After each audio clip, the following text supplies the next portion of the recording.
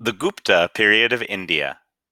The Gupta period of India was not defined by great wealth or extensive trade. Instead, it was characterized by creativity. Flourishing arts, fabulous literature, and talented scholars were just a few of the things that marked the period. Long before the Gupta period began, India was ruled by Mauryan kings. The Mauryan Empire fell apart when the last of the Mauryan kings was assassinated.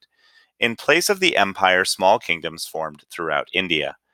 For nearly 500 years, the various small kingdoms fought wars with each other. Then, in the year 320, Chandragupta became a ruler of a small kingdom in the north. He began taking over other kingdoms, and the Gupta period began. Chandragupta revived many of the principles of the Mauryan government. He also paved the way for his son, Samudragupta, to build a huge empire.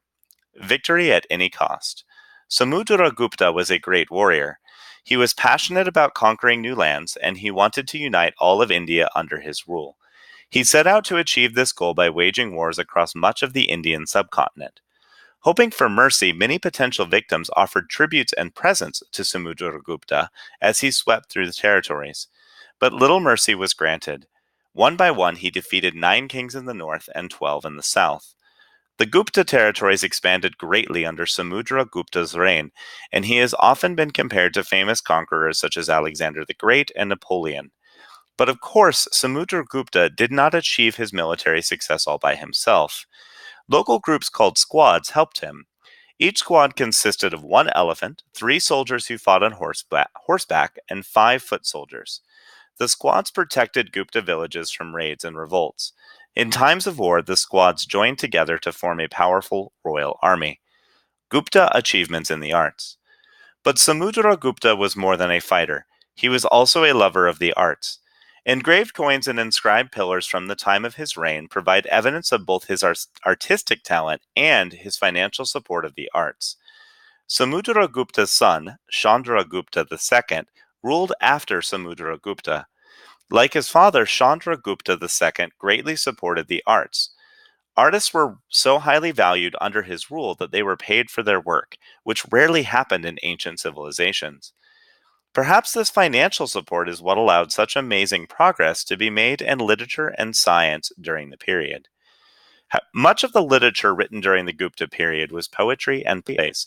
However, texts about history, religion, grammar, medicine, math, and the stars were also written. Two of the most famous scholars of the time were Kalidas and Aryabhata. Kalidas, the greatest writer of the empire, brought plays to new heights by filling them with humor and heroism.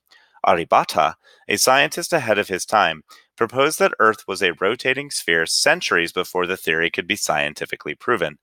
Aryabhata also calculated the length of the solar year as 365.358 days.